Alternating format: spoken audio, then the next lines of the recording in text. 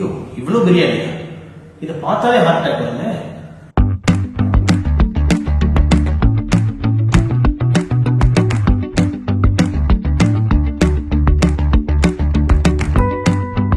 Hello, I'm Dr. A.B. Gopalamurugan from MGM Healthcare Chennai. I'm a cardiologist, which means I fix broken hearts for a living, and I do this without open heart surgery.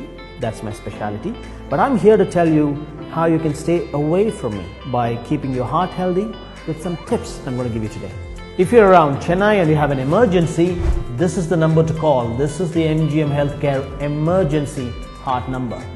Treating the heart is not an easy job anymore because there are multiple things that can go wrong with the heart. So you need a lot of specialists and departments within a single hospital. At MGM Healthcare, all departments are available and therefore it becomes a single one-stop destination for all heart ailments. Okay, let's start with the first question. Can chicken biryani cause a heart attack? Basically yes and no. It depends. If you eat this much, you're okay. But if you eat this much, your problems are as big as this plate. Undoubtedly, homemade biryani is better. But if it's from a restaurant, one has to make sure that the ingredients are all fresh. The larger point here is about a balanced diet. Obviously, if you eat too much chicken biryani and just that, one will end up in heart disease. So one has to end up with a lot of fruits and vegetables to try and minimize the risk of heart disease. Ultimately, it's about moderation and balance. Talking about meat, I'd like to take this opportunity to tell you what kind of meat is largely safer and what kind of meat isn't for the heart. I have a simple theory so that you can remember. Essentially, meat from any animal with more than 2 legs is not good for your heart. Fish, yes, it has no legs, so it's good for you. Chicken, yeah, 2 legs, so still okay, it's good. Mutton, beef, pork, more than 2 legs, so too much bad cholesterol, so bad for your heart. If you're eating too much of this red meat, you might as well order heart surgery along with it. And not everything from the sea is good for you either. For example, prawns. Prawns have a lot of cholesterol in them, so too much prawns is not good, because if you think about it, prawn has more than 2 legs. In fact, they have at least 20 each. So let's look at the next question. I'm a 70-year-old heart patient. Can I eat oily food? The answer I'm going to give you now is going to make your family really angry. But I owe you the truth.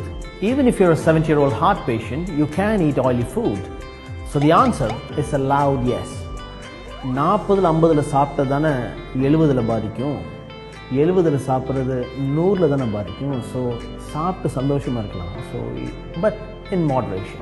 So you can have a bhaji or a samosa when you feel like it. But remember, portion control matters.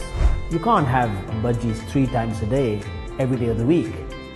Perhaps you can have a plate of bhajis once a week. Absolutely fine. But you've got to balance it out with fruits and vegetables. You should also know that not all fat is bad fat. Remember, we're all made of fat. So the whole idea of thinking that all fat is bad, don't eat any fatty food, isn't right. In fact, it's about the quality of fat that you eat and the quantity. So high quality, but moderation in terms of quantity. That's what matters. Okay, next. Can I smoke just 2 cigarettes a day? அடிச்சா நல்லா அடிக்கணும். Minimum 10-15 cigarette அடிக்கணும். கடைக்காரனுக்கும் நல்லது, எங்களுக்கும் நல்லது. Seriously, smoking is a big no. But here's the good news. The moment you stop smoking, the risk of further heart disease reduces drastically.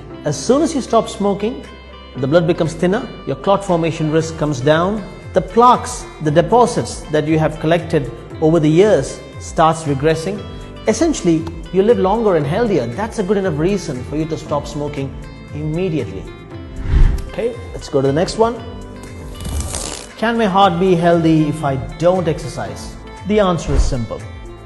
If you keep sitting like this, you cannot stay heart healthy.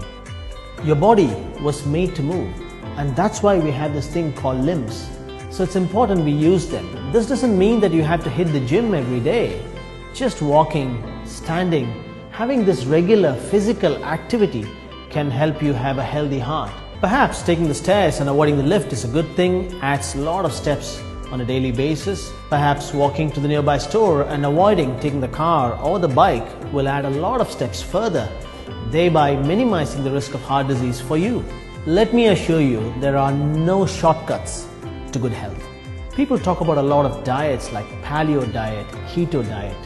But let me tell you, these diets can give you a short-term benefit, but they're not a long-term sustainable way to remain healthy because they focus on a particular kind of diet and make you deficient in others, so they're not balanced. So my suggestion is to maintain a balanced diet, increase physical activity, and that is the easiest and the most time-tested way to remain healthy. And last, how do I reduce stress in my life to have a healthy heart? I also have a lot of stress in my life. See, there's nobody who's not stressed. Everybody is stressed. Someone without a job is stressed. Somebody with a job is stressed. Somebody who's not married is stressed. Somebody who's married is even more stressed. Now this is stressful. It's stressful.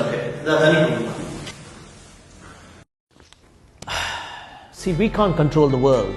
We can only learn how to deal with it. So you need to learn how to deal with your stress. The easiest to deal with stress is good sleep.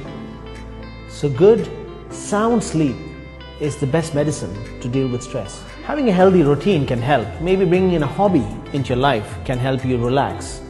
Spend more time with your friends, family. Spending time with loved ones can help immensely.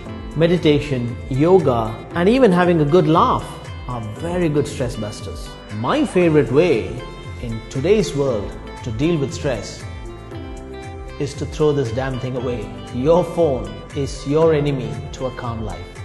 All of us use phones. We get notifications, we get emails, we get social media alerts, and we use the phone a lot.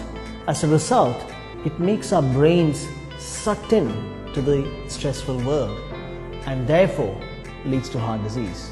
In fact, I want to propose this. The World Heart Day should be the World No Phone Day.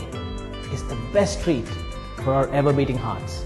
And now that we've reached the end of the video, and those of you watching this on your phones, please switch off your phones for the rest of the day and give your heart and mind a day off. Okay, finished? I'm going to practice what I preach. I'm going to switch off my phone right now. அந்த பிரியாணி பண்ணாம கொஞ்சம்